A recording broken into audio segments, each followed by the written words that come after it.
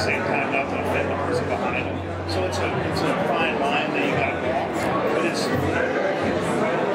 being in the position that you're in. And I love you, Charles, my buddy. But being in the position that we're in, we got to be able to get back. We have to take the time to thank the people who put us in the spots.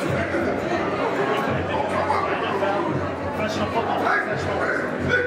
Oh, professional football all the way, man. Anybody who knows anything about me, about my dream when I was a kid, my brother's footsteps and play football.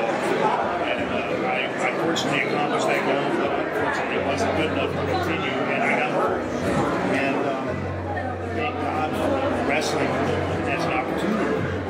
Thank God for Sting and DDP and Kevin Nash and even Scott Hall and Blair and all the guys who helped me make that decision. It was so hard for me to make because I was a professional athlete.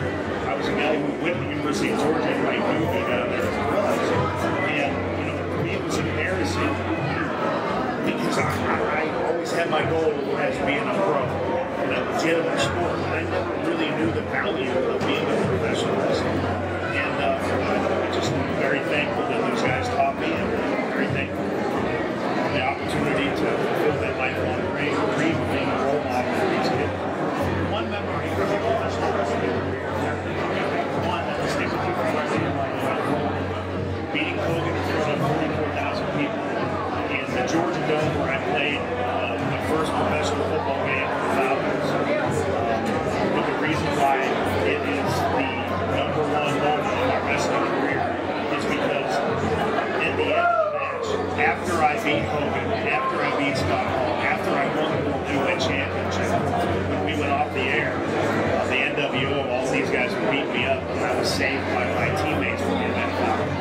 So if there's ever been a definition of poetic justice, that was it, because as I was sitting in the corner, handcuffed to the ring, I was a kid in a candy store watching my buddies who all were, 9 out of 10 of them were all pros, guys who were extremely successful in the NFL. They wanted to be me.